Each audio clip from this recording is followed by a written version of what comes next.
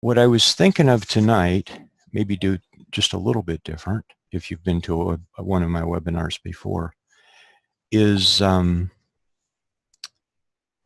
let's see, maybe I'll just give a little bit of an overview of some things first, just kind of a little soundbite thing, like what is the Bates method, and you know what it is, but I learned this in martial art that sometimes, even when you've been studying something for years, it's nice to keep coming back around to the basics.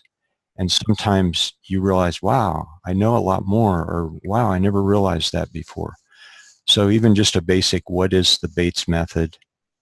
Let's see, did I start before I was supposed to? Okay, I did, but anyway. And then a little bit, just a basic of how to palm, and not just the mechanics of it, but how to get results from palming. And then how to swing, pinhole glasses, which a lot of people ask about them. Ask, are they helpful? Are they hurtful? Are they neutral? How to do Bates closed eye sunning, emphasis on closed eye. And also I wanted to at least say a little bit about just what are the advantages of different ways of learning, like listening to a webinar sometimes can help a person really get what they want. I also have a CD program. Of course, you'll find other people on the web that are offering, similar but different from their pathway into the Bates method. And I have a workshop coming up in Chicago in, I guess, 3 weeks. It's like the 30th of September and the 1st of October. And it'll be at the Marriott Courtyard in Arlington Heights, and it's the north one. Anyway, it's a real nice place. We had a workshop there last year, and I'll talk a little more about workshops. And then also vision coach training. Pamela, who showed her face just a moment ago, had been through vision coach training. I think there might be one or two other people here too. So let's formally, okay, it's 7 o'clock. So let's start. I'm Greg Marsh, betterEyesightNow.com, and I like to give occasional webinars, just kind of a mix of an overview plus some questions and answers, and let them go any direction. And what I like to point out to people, and this also I think I kind of learned from martial art, is sometimes things can happen on many levels at once. Sometimes we get so literal that we think, well, I have reading glasses that are +2. So I want to hear from somebody else who has reading glasses +2. But the thing is, there might be a really good crossover between the reading glasses that are +2 and the high nearsightedness that's a -8. They might learn from each other. And likewise, if somebody has a so-called eye disease, which I would prefer to call an eye imbalance, it makes it it sounds a lot more negotiable that way.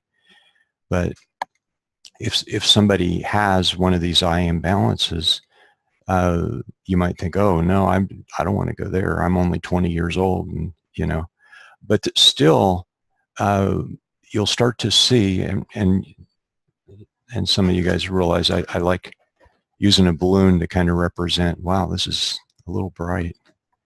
Here, I'll try a green balloon. So,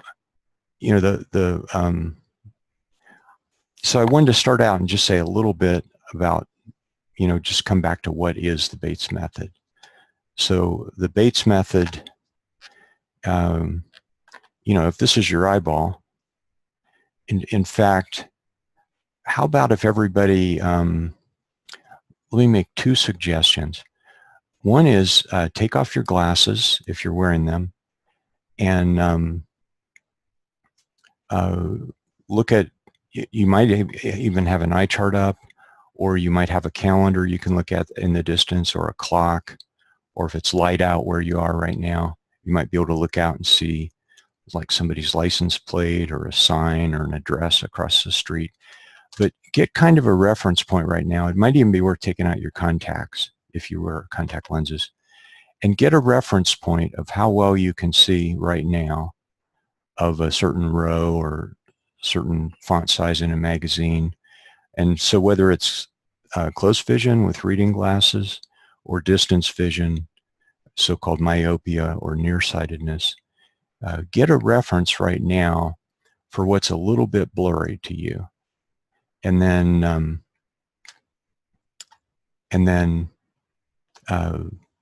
we'll do some things and then see if that makes a difference. So the Bates method is basically, if this is the eyeball, Dr. Bates says as long as we're not staring and we're interested in the world and we feel kind of at ease in the world, at least visually at ease, then everything's fine. The eyeball's happy. But if somebody has a lot of stress in their life, and this could be when they're a child, or it could be when they're in high school, or it could be, if they go, say, to graduate school, it could be when they have a career change or marital problems or getting old. Then what happens is there are 6 muscles on the outside of the eye, and they might squeeze and contort the eye in various ways. And so some side effects that you might have when this happens, like if the eyeball gets too long, I'm exaggerating, if the eyeball gets too long, that would cause nearsightedness because the rays are coming in, they hit the back, everything's perfect. And now the rays they're still trying to hit the right place, but somehow this child maybe is really stressed out. And that could be, it could be because a child moved to a new town and he doesn't feel very safe anymore. It could be because he thinks the teacher, he or she thinks the teacher doesn't like them, or they don't feel safe with the teacher. So then metaphorically, they don't want to see. And the eye says, I will save you. I will keep you safe. And so out of compassion, the eye keeps the child safe. And if a child has strong glasses, I mean, test this out among yourselves if you have children with glasses. If a child has strong glasses, an average age that they started with this, according to Dr. Bates, this kind of strain, is about 7 years old. If they have milder glasses, they probably started more like junior high wearing glasses. And if they have, but there are exceptions. So anyway, so the Bates method then in a nutshell is if you stare, then your vision's going to get worse. If you relax, then all these muscles are at ease. Everything does what it's designed to do. And it kind of reflects, a relaxation all through your being. And everything's fine. So Dr. Bates then very, very skillfully and persistently and cleverly came up with techniques. If a person is locked in a stare, he came up with techniques to outwit that and to ease away that tightness. So even though I bet everybody here knows how to palm, let's pretend that we're all beginners, that we're all fresh, me too. And think about, well, what is Bates palming? Okay, so let's say you're a little stressed out. Okay, here's palming in shorthand, and I think some of you are just on phone, so I'll describe a little bit what I'm doing too.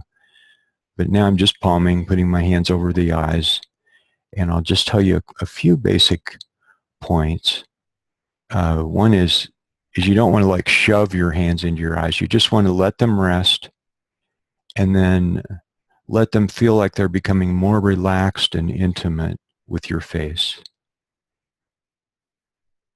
And we're doing this for a very short moment right now, but if your shoulders happen to hurt, you can just watch what I'm doing and maybe figure out a comfortable way to do it later.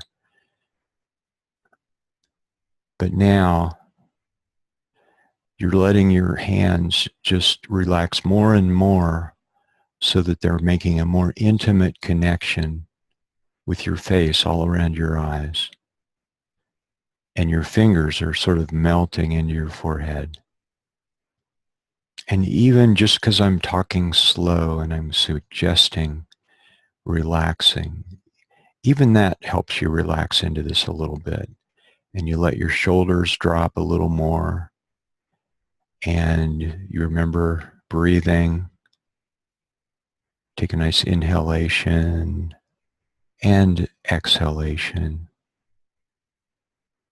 And you can feel your eyes, or you can sense or even pretend that your eyes are starting to relax. And most people that palm are trying to get something out of it. They're trying to get clear eyesight.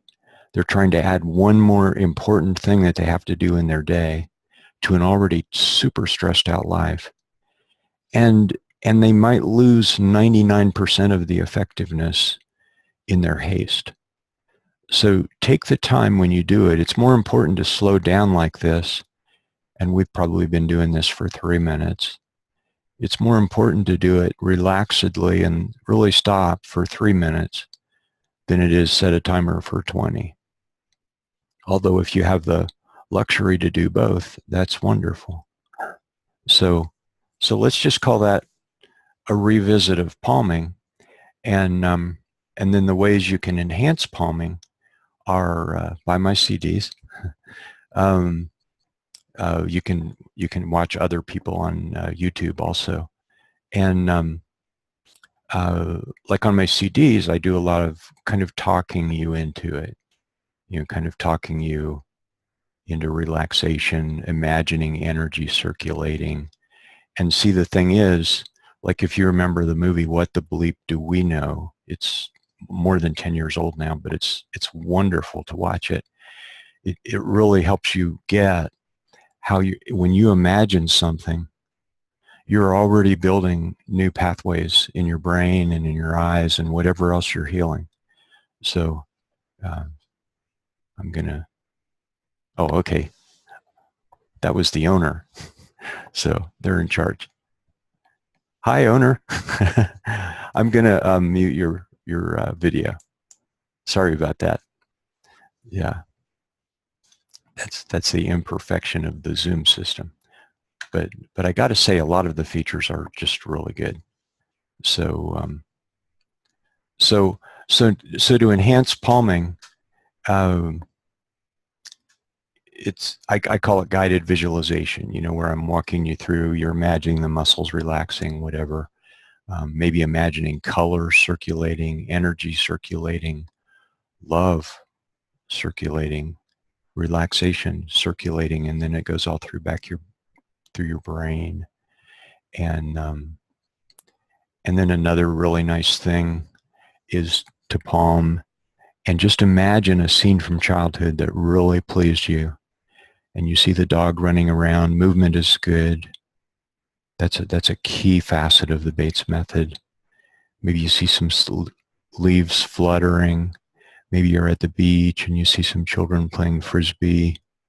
Yikes, and then a dog jumps up and grabs it and snaps it. And you can see sailboats in the distance. So teasing your imagination in all these different ways is what just really jacks up and really magnifies the results from palming and everything in the Bates method. So how to swing, how to do the Bates method swing. A lot of times when I start with people, if they've been doing palm or swinging for a while, well, I'll try and look kind of stiff. It's kind of like, plus a lot of times people tend to go pretty fast. Okay. In fact, do that if you can, because contrast is good. And feel why this isn't working. My arms are a little tight. I'm not breathing. There's nothing very relaxing about it. But now, if I just take a moment to kind of drop into the floor, I'm standing up. If I just take a moment to drop in to the floor, drop into my feet, let my shoulders drop. Drop is a good word. And then just start by swaying. And not so fast. It's more, you're trying to find almost kind of a primal rhythm that's already there. And with your imagination, or maybe you sense it or whatever. An analogy might be if you're on a large boat or a ferry. If you stand for a while, the boat will sway you. So maybe you can more feel like you're being swayed than that you're trying to sway. And then just as you get into swinging, and this is so simple that a lot of people don't want to do it.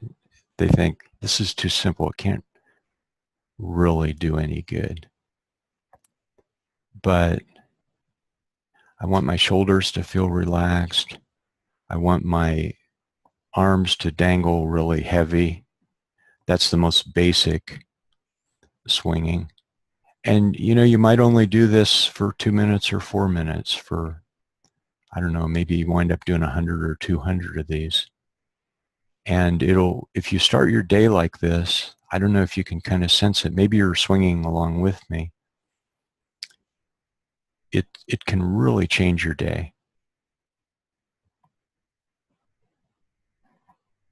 And Margaret Corbett, a famous Bates teacher, says a nice thing about the long swing is that she says if you're really tense, you might not want to start out doing subtle things like palming. You might want to take all these big muscles in the hips and everything in the torso and get them to let go through this movement, and they will let go. Okay, and then you can do things like, my finger gets really big, okay, is you can look out over your finger, and then this helps you with a wonderful Bates principle, or technique, I guess you'd say, or it's kind of a meeting of a technique and a principle, called oppositional movement. So as you look out over your finger, as you swing like this, you notice the world kind of feels like it's going in the opposite direction that you're going. And there's something innately relaxing about this. Okay. And I'll put out that much for now and just say, rather than try and complicate the swing, see if you can just do it, experience it, and let it relax you. I'll say one more thing. Sometimes it's really helpful to close your eyes. And as you close your eyes and swing, you might be sitting, or maybe you're able to stand where you are. See if you can go slow enough that you feel a very delightful flickering or vibration in your eyes. And that's a really good thing. So we'll call that the long swing, because that's what Dr. Bates called it. And then I wanted to say a little bit about pinhole glasses.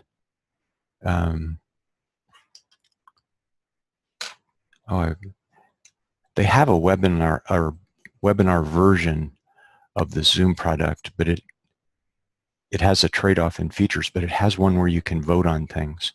I want to ask everybody, hold up your hand if you have pinhole glasses. Okay, yeah, all right. And now, how many of you use them regularly or have used them regularly? Okay, few. Okay, and sorry, Maureen. Okay, so let's start by, okay, so the question everybody asks is, do they help you? Because there are some people out there that say, oh, well, they'll hurt your progress with the Bates method. That's, in my experience, they're somewhere between neutral and extremely helpful, and it depends on each person. But I've met people that feel they've completely turned their eyesight around just by wearing pinhole glasses. Now let's first. Now, if you're on the phone, I'm just rolling my index finger down towards my hand, and then I'm making a tiny, tiny, I don't know if you can see it. Well, anyway, a tiny, tiny little pinhole. And now I'm putting that tiny, tiny pinhole against my eye, and again, without glasses and without contacts is ideal. And now when you look at that eye chart or whatever your reference point is, you'll notice it's much clearer. In fact, it might be quite clear. So what you're doing, and if it's not fully clear, push it even closer in to your eyeball. I mean, you're not like touching right on it, but almost. And try a tinier hole. Okay. And so a lot of people, when they try this, it's stunning. They have a visceral feeling of like astonishment. And that's kind of cool. And if you have that kind of a response to pinhole glasses, and if you have some, sure, stick them on. But you can see these holes are bigger than these holes. If you're on the phone, you can't see, but I'm just sticking the glasses up way close to the camera. So here, I'll put them on both together, and you can see the difference. And pretty much when you look on eBay or Amazon or do a web search, almost always you're going to get these larger holes. 30 years ago, you almost certainly would have gotten these, but for some reason, they're all made in China. Almost all of them that are made are the larger holes, and you'll see glasses that look like this, the aviator style, but they're usually the large holes. The other thing about these, you can't see it, but they actually bend because they have a wire in them. Anyway, I have these on my website if you haven't found them anywhere else. Oh, here, I need to tell you why you need bigger holes or smaller holes. Okay, just if you go like that with a super big hole, and again, if you're on the phone, I'm just holding the little pinhole I made with my finger, with my index finger. If you make it so big, you can't see anything, I mean, it doesn't make any difference. But then as you get down closer and closer, and I'm not going to go into this tonight, but it gets into the Bates principle of centralization. But for tonight, we'll just use shorthand and call it magic. So, so now the smaller and smaller you get, the more of a helper it becomes for this centralizing process, so that you can properly use your brain and your eye to make clear vision. So if you don't have strong glasses, it's probably better just to have the big holes, because these smaller holes are going to tend to block out your peripheral vision. But I'd say these are good, like if you have a prescription of a plus or a minus 1 or 2, and then if it's higher than that, a 3 or 4, just experiment, see what you find. Some people with like a -4 even might find they could use these bigger holes some on the computer, and you might use them just for 5 minutes, or you might use them for an hour or 2. They're fantastic for watching TV or video. They're not that great for walking. You can use them for that. Absolutely do not use them for driving. Or if you do, if you get stopped, do not mention my name. So, okay. This guy, Greg Marsh, he told me to to wear these when I'm driving instead of glasses. Don't do that. Okay. So if you have a higher prescription, these holes are going to help you centralize more. In fact, okay, I can't help it. I'm an engineer. I got to say just a little bit is that, you know, as you're getting, say this is the back inside of the eye, you know, the macula is just a tiny little spot in the back of the eye. And so the macula is where all the clear vision comes from, because that's where all the cones are really packed tight. And the cones, as you remember from 10th grade biology class, the cones are the ones that see clearly and the cones are the ones that see colors.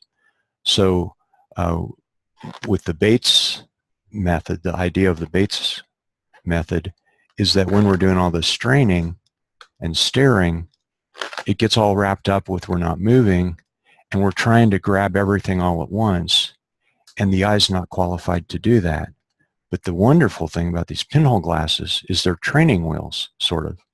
So when you put these on, it sort of entices you. I don't want to say forces. It invites you, it entices you to centralize, to just use the part of the eye that really sees clearly until it becomes or returns, because you used to have that habit when you were younger till you had some reason to not see.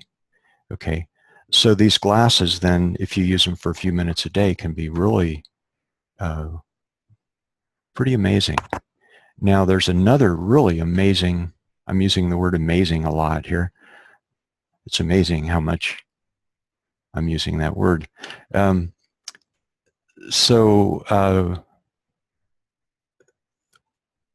Every time you put on your regular glasses, you know, you were at the eye doctor's, they prescribed these glasses. In fact, you were probably under duress, so you probably got overprescribed because, you know, this strain gets even worse when you feel like you're, wow, the guy is asking me, is it 1 or 2? Which is better, 3 or 4? And you're going, ah. So that can actually, I have a lot of anecdotal evidence that can even make your prescription stronger. And then the problem is you put these glasses on, you get used to them. Every time you put these glasses on, see if you can feel this or imagine this. Every time you put these glasses on, your eyes, in order to see clearly, they have to go back to that strain that you had in the eye doctor's office that day when you were there. So, so going without glasses is a wonderful thing to do.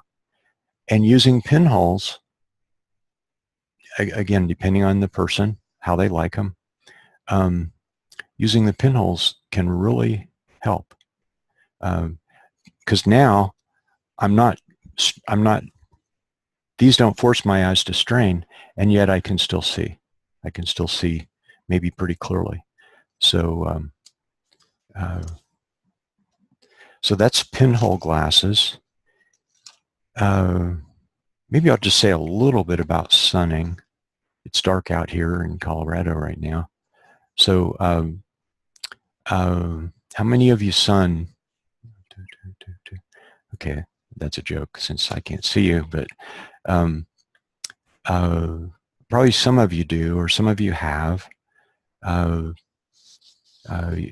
know, there are complex other ways to look at this, but the baseline is to say always do closed eye. I'm starting to palm. Always do closed eye sunning. And if you're concerned about ultraviolet, about UV, just do it early in the day, because here's the engineer in me again. If you go through, the atmosphere isn't very thick. So if you go through it at a big angle, you're going through so much atmosphere that the UV index is 0 until, you know, like maybe 9 a.m. So go out in someplace near your house, if you have a place in the morning or the evening, sunrise or sunset, go and you know, maybe take off your shoes if you can, and get kind of rooted, and but you can do this in your house too through a window, and close your eyes and just kind of like we were talking with the swinging, getting a natural rhythm. And the sun's out here. And just feel the sun sweeping across your retina. And that even feels relaxing, even though right now we're just pretending there's that bright sun. And by the way, if the swing makes you dizzy, or if the sunning makes you, that's too much, in both of those cases, Dr. Bates would say, paradoxically, what you need is more movement. You need more sunning. And you don't need to go from 0 to 60 all in 1 second. But, you know, if you're really sun sensitive, you can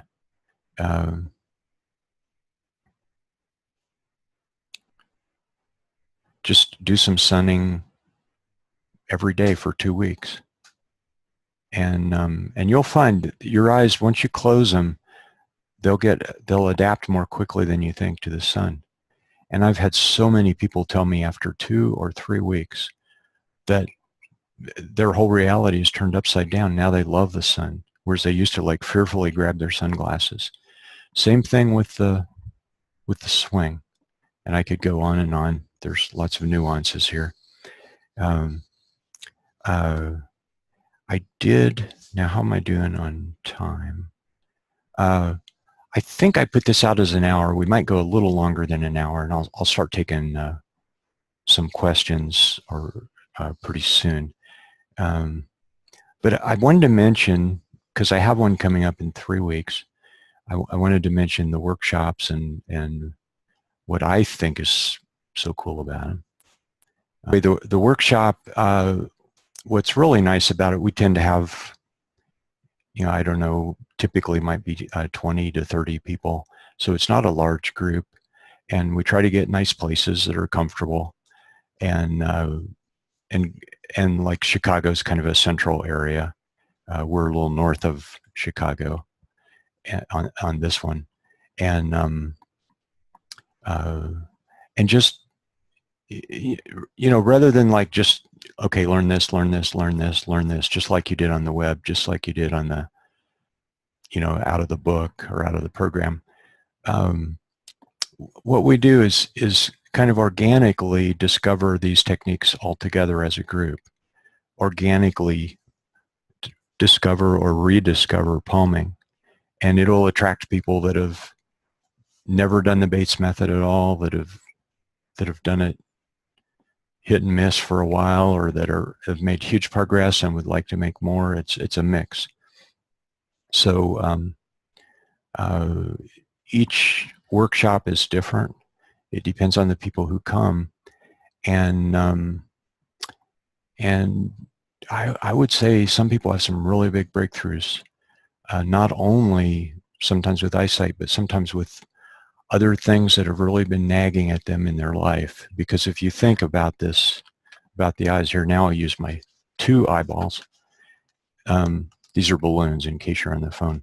I'm just, so you know, if you have something that's been eating at you in your life, then the thing is, you can't just say, oh, I'm going to do Bates exercises, which isn't the right word anyway, exercises. And now, okay, do 100 eyeball squeezes. Yeah, all right. And then you think, oh, I paid my dues. That's going to help. But really, you have to go back to, you need to dissolve whatever it is that's making that strain. And, you know, you might say it's your job. You know, you might say, it's your spouse. You might say it's your kids. You might say it's politics. But the thing is, and you know, we all know this, we can all say it, but I think these workshops can help a person to do it. And that is to find out, what is it that I'm trying to let go of? And how can I do that even though I still have the same job, I still have the same kids, I still have the same spouse, and sometimes you can magically behold things in a whole different way.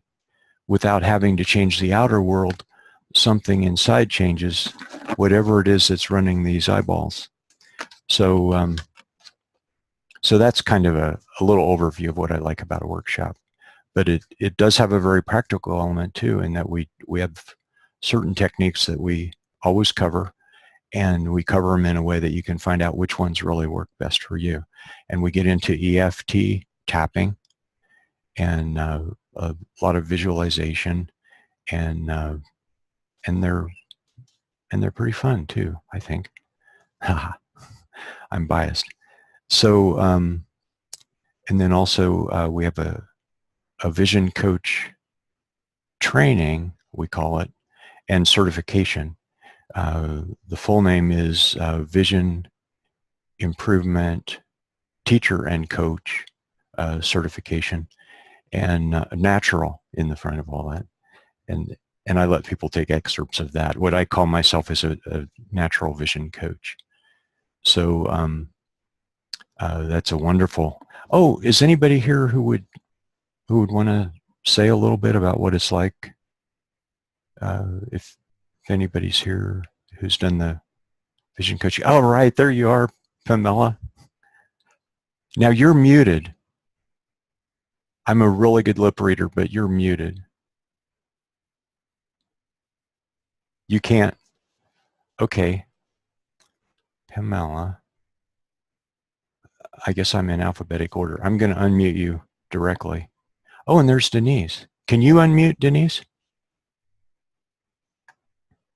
Huh.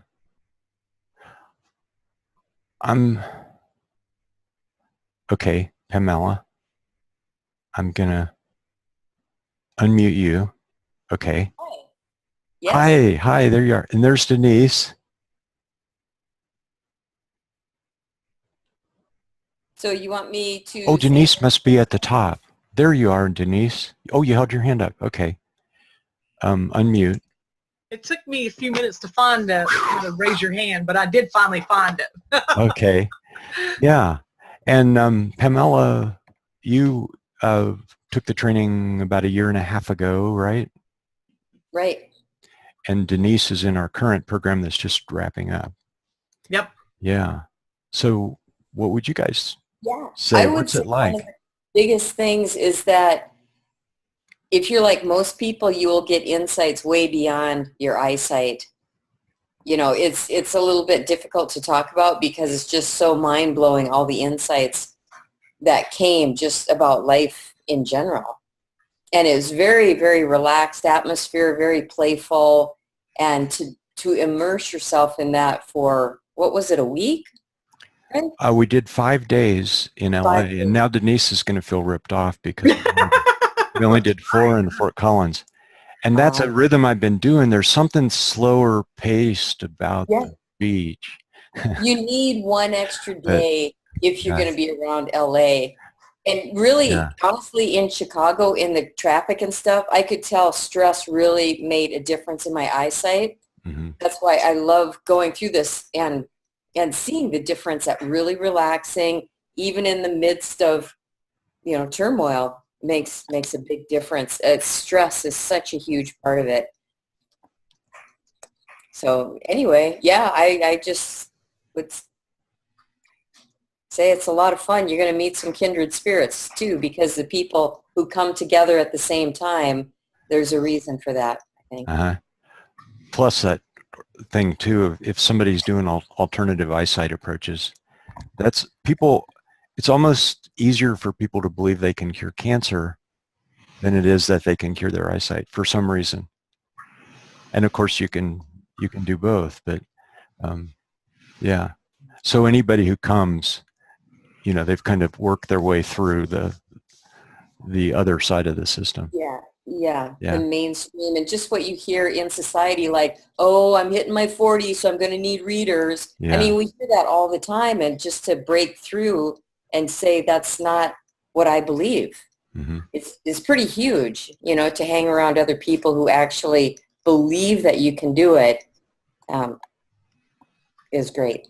Yeah, and people really benefit from each other's breakthroughs too. Yeah. Okay. Oh, well, thanks, Pamela. And hi, Denise. Hey, I just saw you in class 2 days ago. yeah, Yeah. yeah, So yeah, what yeah. would you say? You also went to a workshop I did. before you So went to my the. plug, yeah, my plug would be for all of it would be was I was lucky enough that when I stumbled across this, that I actually found Greg Marsh on the very day that I stumbled onto this technique, and Uh-huh.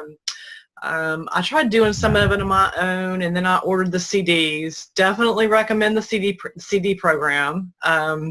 It's about, what is it, 6 hours? It's about 6 hours of instruction. Is that right? 6 It's or like 7 hours? Yeah. 6 Yeah. CDs in 7 hours. Yeah. Yeah. So I did that and had some pretty good success with it. Had some really good success with it, but I sort of kind of felt like I was hitting a wall, because in the part of the country that I am in, it just doesn't seem like there's anybody that has ever heard of it. And so, I'm kind of like the lone wolf over here. Yeah. And I just sort of got to that point where I wanted more support. And so I came out to the workshop in April, fell in love with Colorado, loved it so much, I decided that I was supposed to go back in June and do the certification. So Right. our class is wrapping up right now. It has been absolutely life-changing. Just like is it Pamela? Oh, Is that what her name is? she Is goes that what? by Pamela. Yeah. Yeah, it's just like, yeah, I mean, it's kindred spirits. It just is just, there's just not really words to describe being able to be in community and with a group of people who believe that you can actually turn back the clock on your vision, your deteriorating vision. So yeah, it sort of just kind of makes me want to get back in the car and go ahead and go on up to Chicago for the workshop. You are so welcome. So anyway, that's my Yeah. plug. All right. Oh, thanks so much, Denise. That's You're welcome. really awesome. And I really appreciate it. And I hope it helps people kind of consider, if they're thinking about it, it gives them a little Yeah. more idea. And of course, for the certification, I'm not really sure what my plans are supposed to be with it, but my goal was to be able to get enough knowledge to be able to, when I do talk to people that, because every now and then, you do talk to someone who's receptive, and I just felt like I needed something to try to help bring it to a new level so that I can actually help somebody with this. Well, Because it's been transforming. You're pretty brilliant at that from what I've seen. You're sweet. And welcome home, Laura. Oh yeah, my sweetie just got back from Prague. Yeah. So. Okay. Well, I'll sign off now. Okay. Well, thanks so much, Denise. Okay. Thanks so much. Thank you. Thank you, Greg. Oh, my pleasure. And thank you again, Pamela. Yeah, Laura. Oh, okay. Yeah. So she's a new grandma. Her grandbaby is about 3 months. So she's been pretty excited. So now I'm going to try an experiment. Let's see. A lot of you wrote down things that are your concerns. I thought what I'd do is, and this might not work at all, because people sign up for a webinar and only a certain proportion of them come. But some that just caught my eye, I thought I might try reading them, and then if you don't mind, I'll just say your first and last initial. So you'll make, oh, I think that's me. And then if you want to come on, no pressure. Then we could just go through it a little bit. So let's see. Here's one: giving myself the best care to hopefully keep mild macular wrinkle from progressing. In fact, the first initial is A. That's so specifically written that you'd probably recognize that if it's you. And no pressure, but if that is you and you are here and you'd like to explore that with me, and you don't have to be on video, it would just be audio. So if you wanted to do that, just hold up, raise your hand, and this might not be the best system. I'll read that again. Giving myself the best care to hopefully keep mild macular wrinkle from progress. Okay. So I'll just say a little bit for this person. Macular wrinkle, again, the macula we were talking a minute ago, is that tiny little part at the back of the eye. And this is not exactly macular degeneration, but it's something that can lead to visual problems. And so what I would suggest on a visual wrinkle, which is also called a macular pucker, where the macula kind of, as we get a little older and the vitreous might be shrinking a little bit and it might pull away. Sometimes the little stringy things that hold it all together might pull away parts of the, people passing through here. And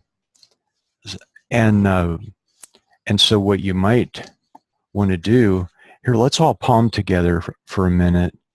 One thing I really like to do when I'm doing coaching sessions, which are occasionally in person for me, but usually I use this same Zoom platform or Skype, or I can use telephone. But now we're palming. And so one of the first things I want to do is, we're all used to like logically figuring everything out, but feel now that we're palming, and the one thing I didn't mention about palming, which a lot of you already know, here you can look at me for a second if you want. I'll stand up really tall and get further away. Okay, you want to lean forward and probably relax your elbows onto a table or a stack of couch cushions or pillows or something like that. And also when you lean forward, you don't want to so much crunch up your chest. You more want to lean forward from your hips. So anyway, go ahead and palm with me now. And if you, if your shoulders really hurt a lot or something, just don't palm. Just close your eyes gently and follow along, and even pretend that you're palming. See, these palms are in yoga are called a minor chakra center, and so as our body has this energy that circulates in certain ways, and that's one more benefit. Or if you're a Reiki practitioner, that gives you an angle too. Use whatever tools you have. If you are very religious and you use prayer a lot, incorporate the prayer in a way that feels right to you to direct this energy into your eyes. And so what I'm suggesting to this person, and several people wrote about different things with macula or physical problems with the eye. But just feel how your eye is feeling very loved right now. It's feeling very safe. And I've learned that's one of the most important words to keep giving the eyes, is to keep telling the eyes they're safe. And see, what I find almost always is that if I were to ask this person, when did you first notice the symptoms? Or were you first diagnosed?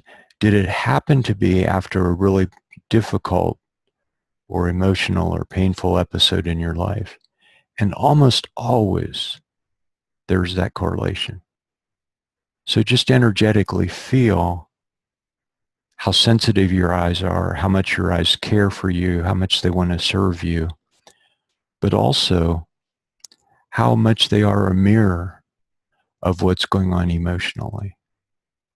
So people with cataract, people with glaucoma, people with macular problems, or with a detached retina, or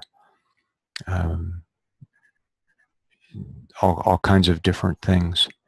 Just feel how much, with the palming, feel how much love you can send, and how much wonderful, beautiful intention you can send to your eyes, and also how much gratitude you can send to your eyes, how much appreciation for all that they do for you. And what's cool is, if you do this and you palm for a bit, and you enrich the palming by remembering how much you appreciate and imagining circulating energy and praying and whatever else you do, then now, okay, stop palming now. And you'll notice, in fact, whatever your condition is, you'll notice probably that the eye chart's a little more clear now, or maybe you were looking at something like some reading material before if it's close vision. You'll notice it's a little more clear now. I might have that feature turned off. Okay. Anyway, Laura says hi. Yeah. Okay. So anyway, with LASIK, I guess I'll just use these as questions, at least to move through this a little bit. Again, had LASIK 25 years ago. See, if this is your eyes, and again, I'm holding up balloons if you're on the phone, and now they're under this duress, and you think, oh, well, it's these muscles. Oh yeah, these muscles over here, they're like, why did they go haywire like that? Well, the reason the muscles went haywire is because of the thoughts or the emotions. So so anyway, whatever it was, this person might have been fairly nearsighted, and they got LASIK, and they probably walked out of that with a really great result. But they changed the focal length by adjusting the cornea. Okay, so now the way I present it to people who've had LASIK, and I know some of you listening have, is that what you want to do now is relax back into that really nice result you got when you first had LASIK. And because what's happened is the strain has gone even more, according to the Bates model, the strain's gone even more, and now the eye's getting out of focus again just a little bit. So as far as the reading, see, if you're pretty nearsighted, you're used to having really amazing reading vision. But once you get LASIK, one of the side effects of LASIK is that now you've physically altered the cornea so to get you more out in the distance. So there's I don't want to call it loss, I don't want to frame it badly, but there's a trade-off, I guess would be the word, to where your close vision is traded off against your longer vision.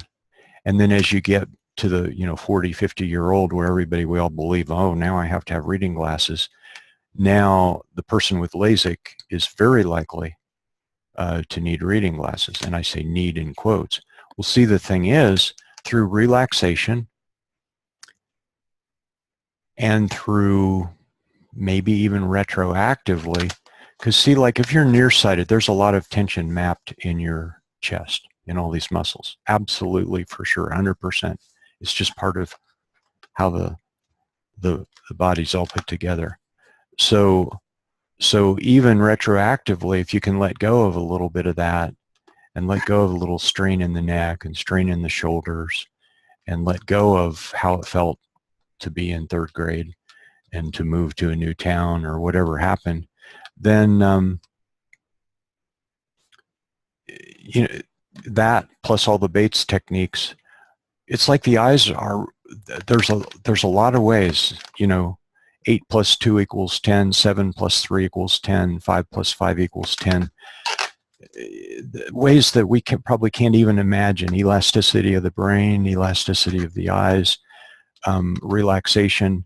But the thing is, I've seen so many people be able to relax back into their good LASIK results, and to and relax back into and move back into being able to read again without glasses. So so anyway, that's a good question about LASIK.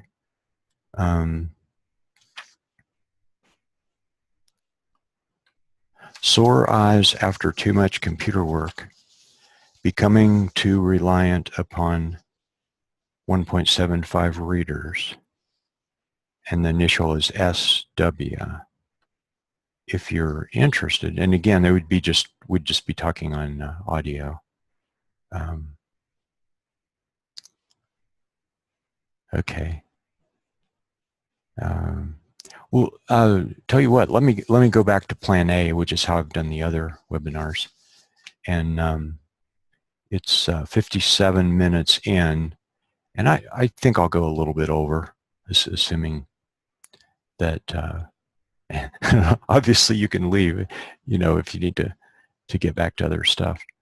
How about, okay, now there's Annette. Let me see if, okay. Oh, okay, that's a really similar question. I put these down in alphabetic order. Hi, Annette. Let's see. I'm going to unmute you. Hey, Greg, can you hear me? Hi, Annette. Hey, this is Annette from Ohio. I could not. Oh, from Ohio. Yeah, I couldn't unmute before when you asked that. So you're the one from Ohio. Yep, Akron area, home of LeBron James. Oh, yeah.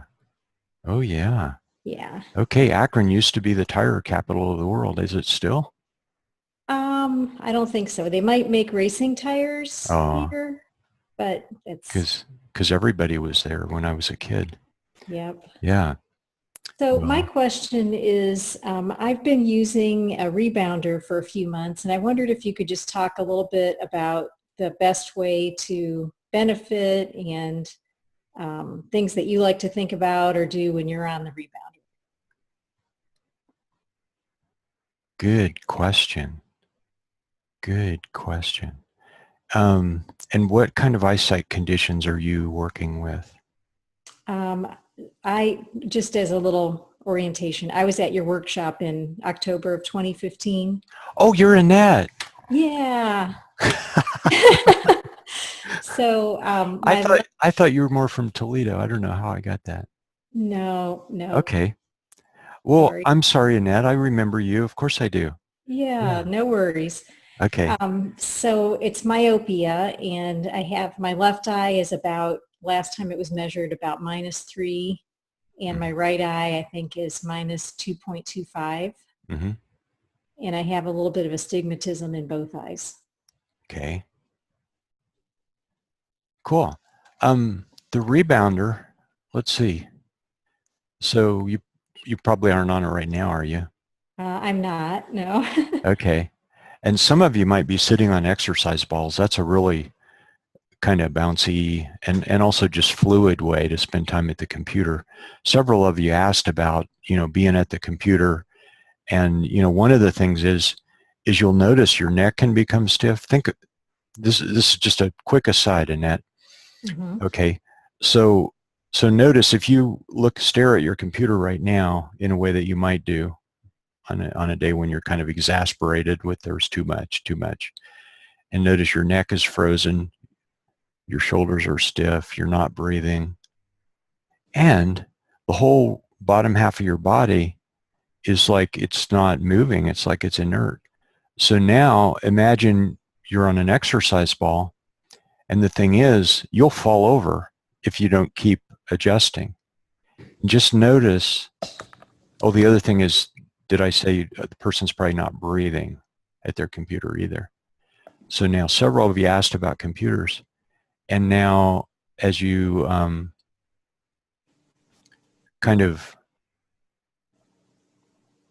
and if you can see me, I'm just kind of gently going back and forth, pretending that I'm balancing on the exercise ball. Well, that's the same as the mini trampoline, as the rebounder. And it's a wonderful thing to do. Okay, so now back to the trampoline, to the rebounder. I got to tell you a little bit of my story because these came out, or they were out in the late 1970s, and I got one, and I thought I died and gone to heaven. This was like my thing. So I was jumping. You know, I really liked it, and it was one of those cheapo ones, you know. And so I'm jumping, and then all of a sudden, you know, a spring takes off and smacks into the wall. And then I thought, well, there's still a lot of springs. I'll keep jumping. And then I jumping. And the feeling that when you rebound, and, you know, a trampoline is, of course, wonderful if you have the space for it outdoors. But the feeling is just, you know, it's so magic. All those G-forces hit and come back up and hit and come back up. It makes you smile without, is that right, Annette? Yeah, it is really relaxing. Uh-huh. Uh-oh, there's Larry. I'm going to turn his video off for him. Okay. Yeah. And the thing is, if you have tight shoulders, by jumping, it automatically makes your shoulders drop. And as I mentioned a minute ago, the shoulders are absolutely for sure tied into eyesight. Back of the neck is tight. That's absolutely for sure tied into the eyesight. So anyway, so what I loved so much about the trampoline was just, I read a couple of things about it, like the Albert Carter book, who kind of invented the mini rebounder. He had done tours all over the U.S., maybe all over the world with his family, and they were all jumped on trampolines and did all these stunts and everything.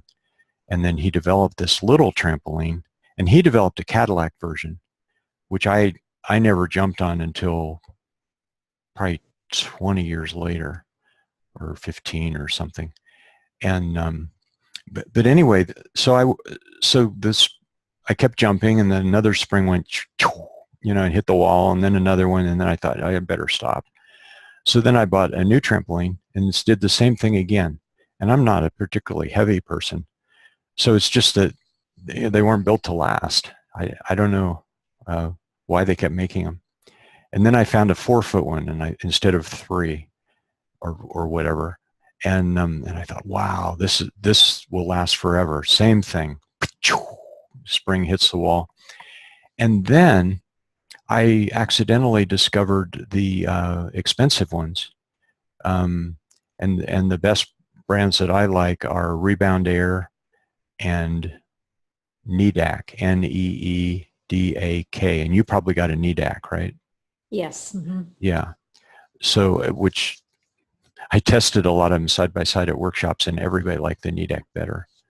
But the first time I jumped on that, it's like when you've been listening to a stereo for years and you think, oh, this is pretty cool. But then you listen to a real stereo and you go, oh my goodness. And you can't go back. You know what I mean? Mm-hmm. Yeah. So I jumped on this one, and it's wonderful. As far as what to do, I sent you my little write-up of some things, right? Yeah, I have that. Okay. Right. So one thing to do is you know, tie it together with Bates things. It's probably better to do the rebounder first before you do the Bates techniques. And again, that's the same thing I mentioned earlier, if you were here, where Margaret Corbett said it's good to do the long swing maybe before palming, at least for a lot of people, because it helps all those big tight muscles start to let go. So then all the smaller muscles can let go. So that's one thing is, you know, how long do you like to jump, Annette? I probably tend to jump for about 10, sometimes 5 minutes, sometimes 10 minutes, Mm-hmm. and once in a while, like a longer 15 or 20 minute. It's more of like what I feel like I have time to do, you know. Okay. Yeah. And And after you jump for 20 minutes, you feel pretty darn good, don't you? yeah, I mean, I feel about the same after 5 or 20. I guess I don't notice a lot of And difference. and they're both good, right? Yeah, they're both good. Okay. And I like I have your CDs, which just a little tip to the Peanut Gallery. I put your CDs all on my phone, so I just have them on my playlist, so they're just so easy to just pull up and listen to all the time. So anyway, Right. you have one on there, a little, one of your daily, I forget what they're Right. called, on jumping. Vision activators. Yeah, yeah. Yeah. You have one for the bouncing, and I really like you like talking us through it, Hmm. but it's kind of short. So, Yeah. So,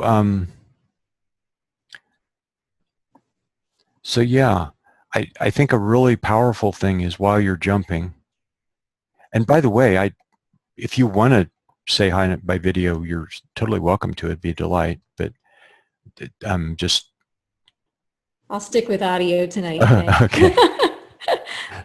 Okay. Yeah. So here, let's just pretend we're jumping, and you can do this, whoever's listening. You're jumping, and there's something about, songs like Trouble's Melting Away, or sayings like Trouble's Melting Away. You can start to feel how that really happens. They just kind of ebb away. Okay. And now this can actually be really helpful. Okay. As you're doing this, of course, it's all pretend, but pretend is very powerful. See, now everybody's going to buy a pretend rebounder, and which I have for sale on my website, pretend rebounders.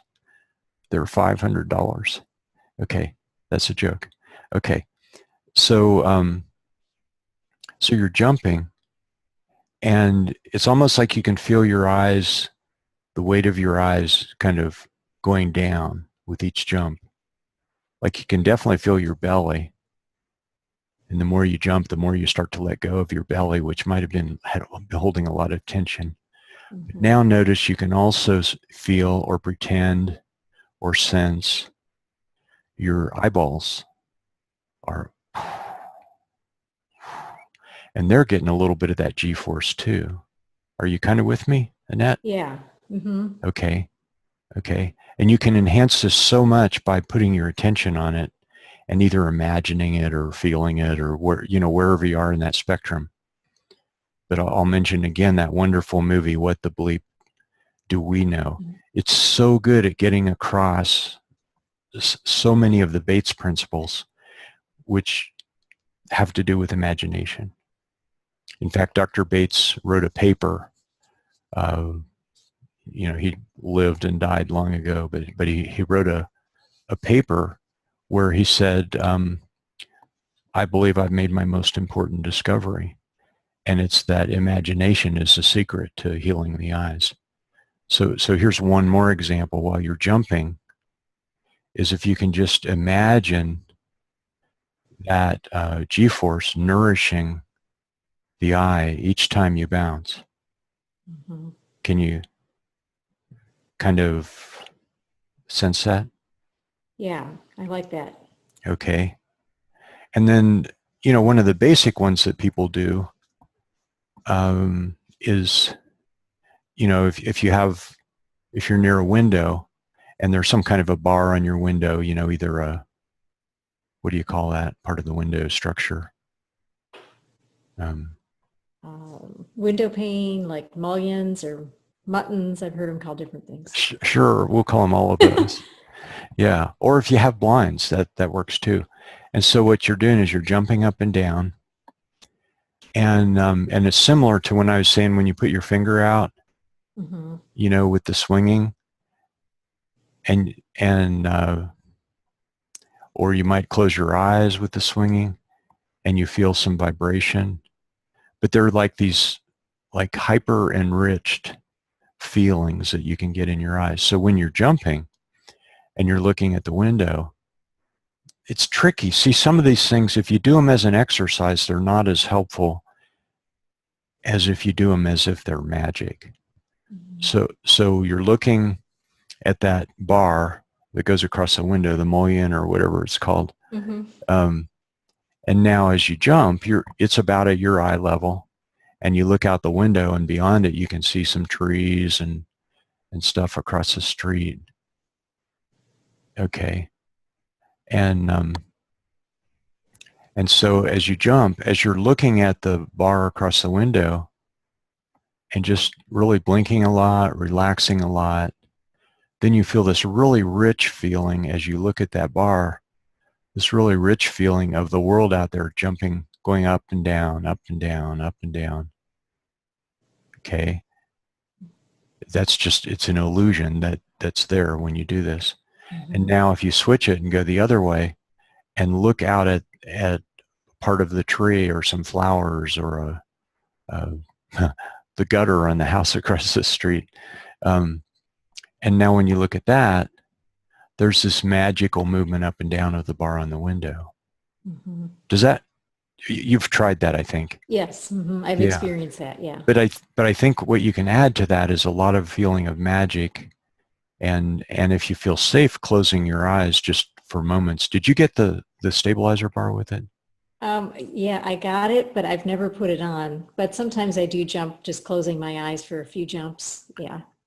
Yeah. So far, so good. It might be worth putting that stabilizer bar on, and then when you jump, it might be easier to fall into some real relaxation. Okay. With your eyes. I'm really glad you brought that up. Yeah, thank you. That's helpful, Greg. I appreciate it. Okay, and thanks for persisting on getting into this. Sure. Thanks for doing this. Oh, it's my pleasure, and it's really good to hear from you again. Thank you. So, okay. Well, thanks so much, Annette. Okay, let me check the time. It's 8:13 in Colorado. Anybody want to do a real quick question? We'll go for potluck.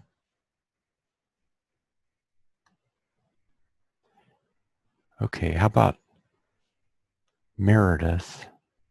Oh, wait a minute. Okay, I'll come if I have a second. Divya's. I recognize your name, Divya. How about, hello, Divya? Hello? Hi, can you hear me? I can.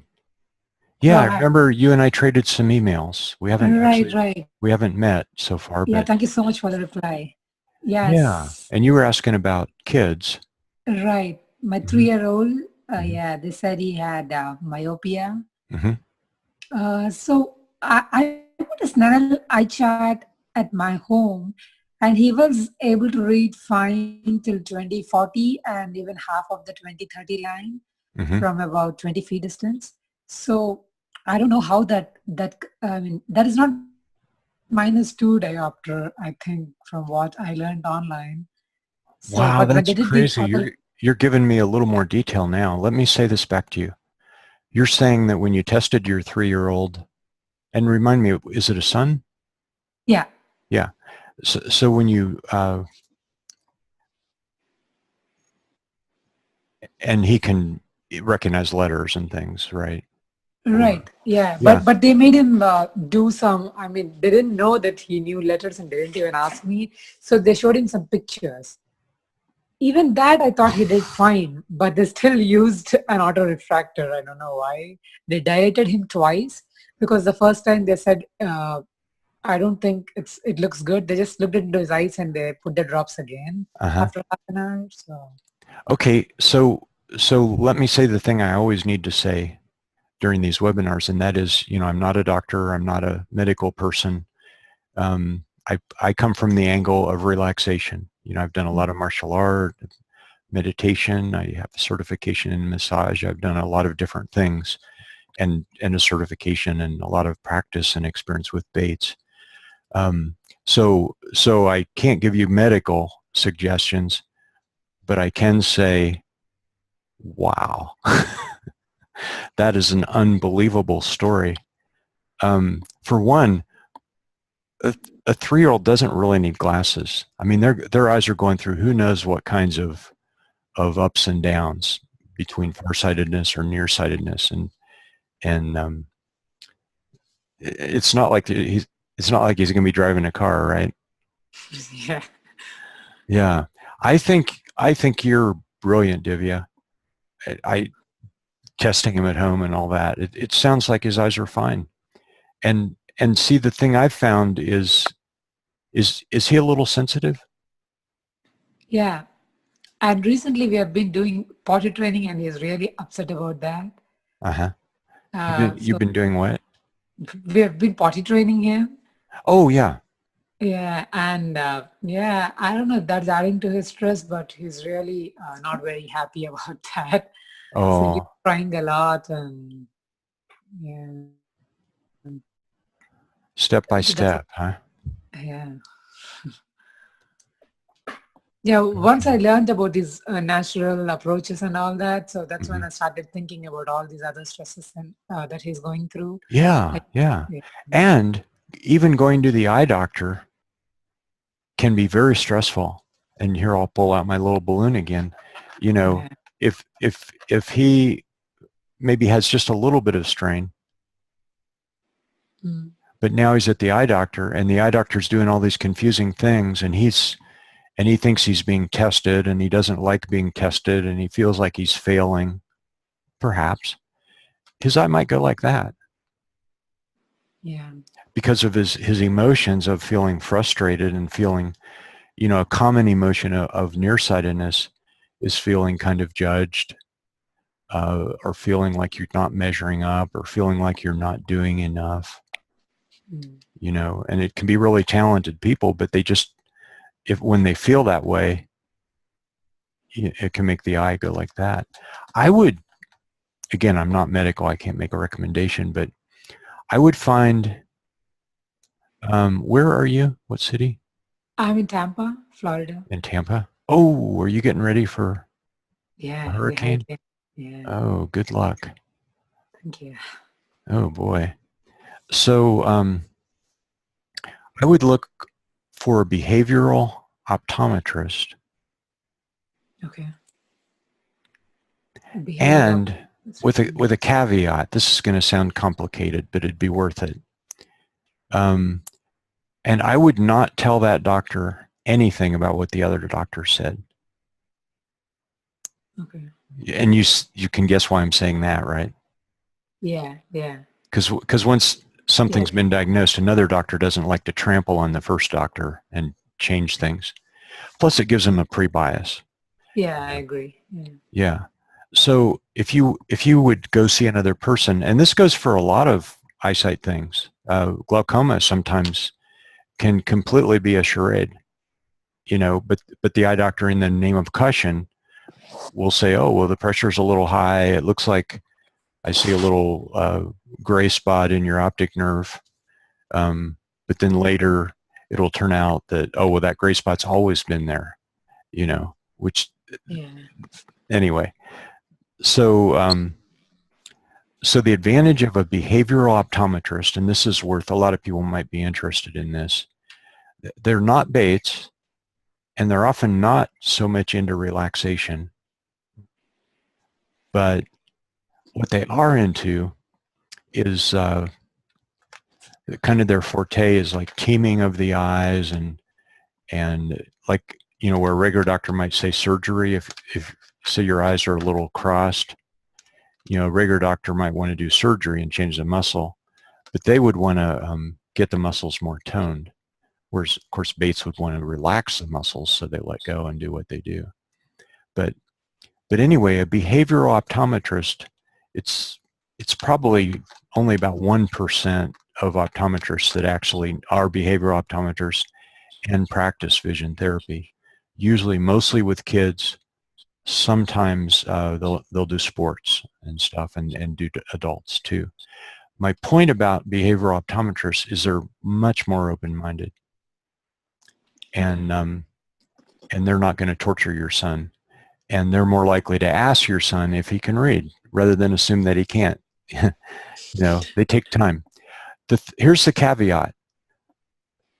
They're going to want to do like $800 worth of tests because they can. They have all these really amazing little tests. Well, those are a mixed blessing. They tell you things about functionality, but they can also lead you off on a wild goose chase about things that maybe you don't fully care about. So if you go to the behavioral optometrist, and here I'll wrap this up for tonight, but if you go to the behavioral optometrist, just say, all I want is I just wanted to find out how my son's seeing. I think his vision's pretty good, but I just wanted to check it out. And tell him I don't want all that battery of all these other fancy tests, unless you do. But Okay. Is that helpful? Yeah, that But the was. biggest thing I'd reflect back to you, and I bet a lot of people listening are probably thinking the same thing, is, I'm sure the optometrist had a good heart, or hopefully it wasn't an ophthalmologist. If it wasn't, but hopefully, I'm sure It they was an had. ophthalmologist. Yeah. Oh, Not a God. pediatric one, but a regular ophthalmologist. No, yeah, not a pediatric one is a better. You might want to try a pediatric ophthalmologist too, because Yeah, unfortunately, I couldn't find any in Tampa. yeah. Or you might want to just let it. See, one of the worst things that might have happened in that appointment is your son might have heard doubts about his eyes. You with me? What is that? One of the things that you want to undo about that appointment is your son heard all these bad things about his eyes. Yeah, I don't know. I don't think And so. Yeah. oh, good. Hopefully he didn't even hear. Yeah. But what I mean is you want to let that Got that. wash Yeah. away, Okay. because we're so influenced by what authorities say. Yeah. Yeah. Anyway, I'm so impressed with how you've looked at things, and I mean, I agree with your intuition. I mean, if you tested your child at home and it seemed like it was 20/20 or 20/40, even if it was something other than that, do you really want to put glasses on him? No. So, Yeah. So anyway, it sounds like we might be in touch again, and we can follow this up. But Yeah. Thank you very much for your time. That was really helpful. oh, you're really welcome, Divya. Okay. So actually, Meredith, if you wanted to spend just a second, we could do that, and then I'll sign off. And if anybody needs to go, no problem.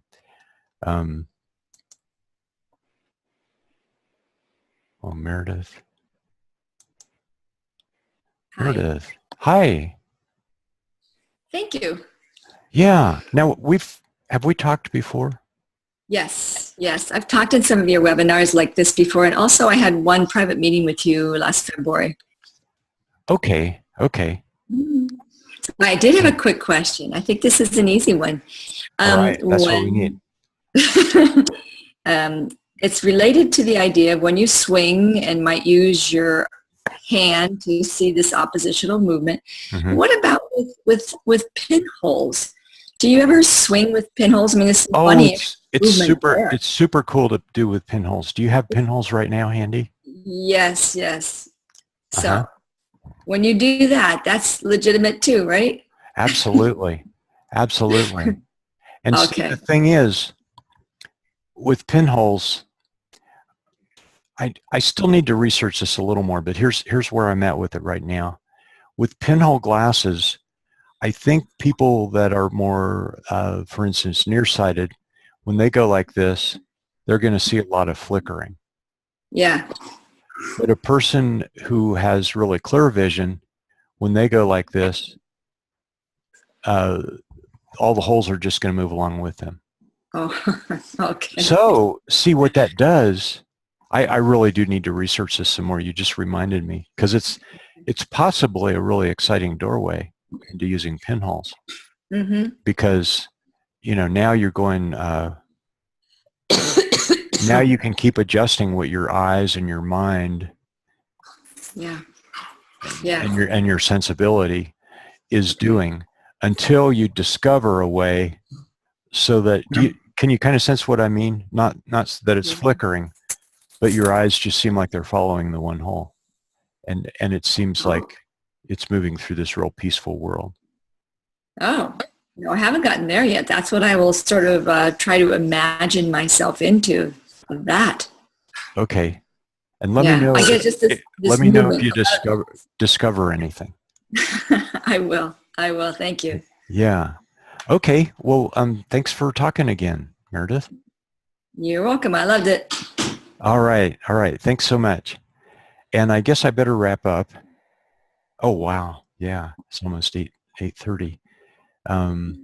So I'll tell you what, Carol and Sabrina, boy, if you want to write me, I'll sure write you back. But I think I better wrap up the webinar. Oh, somebody said okay. Is that Carol? Yeah, I did. I said okay. Oh, I guess I unmuted you. You unmuted me. I think the names are like switching around. Okay, what? Here, let's I do think mine's quick too. My do it. question was, I was very interested in what you said about the tension in the upper chest and the shoulders and the neck. I have constant tension there, and I have serious nearsightedness.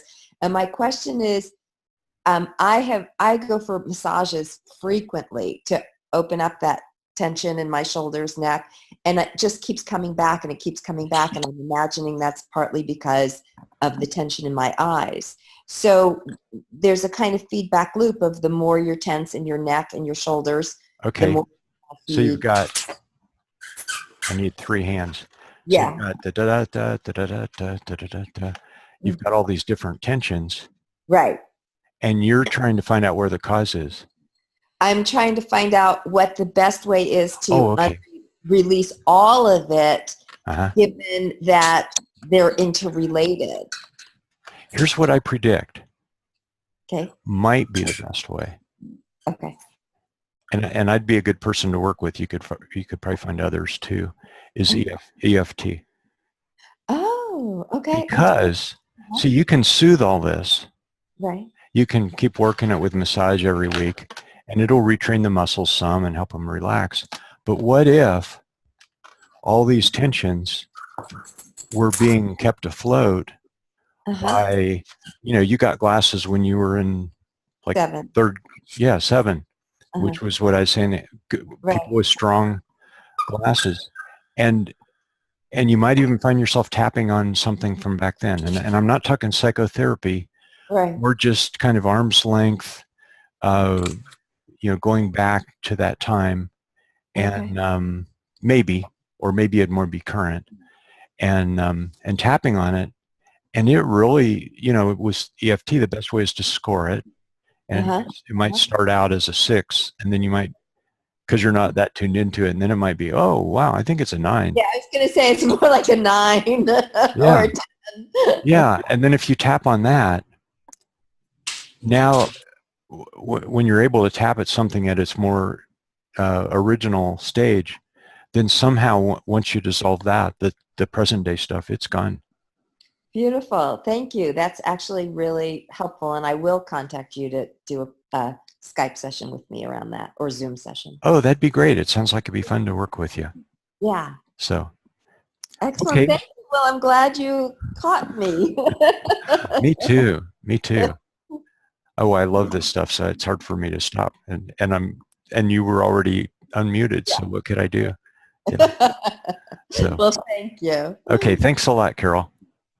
Okay, so let me mention just again, if you're anywhere near Chicago, or if you want to consider flying, we even have one lady coming from France for the workshop in Chicago. It's the 30th. Well, it's in 3 weeks, Saturday, Sunday, and you can find more on the website. And also maybe some of you want to consider the Vision Coach training. So, so thanks everybody. We had a nice turnout, and tried a little different format. I hope it worked. I'd appreciate any feedback that you guys have, and hope to see you or hear from you in various ways. over the coming months or even years. So Greg Marsh, bettereysightnow.com, signing out. Thanks for coming to the webinar. Thank you. Okay. Oh, wait a minute. I'm going to unmute everybody just for a second. Unmute all, and then everybody can say goodbye. Goodbye. Bye. Thank you. Namaste. All right. Namaste. All right. That's very fun. Namaste. Namaste. See Okay. you. Okay. Thanks, everybody. Thank Okay. you. Thanks, Bye. Greg. Okay. Bye-bye. Bye-bye. Bye-bye.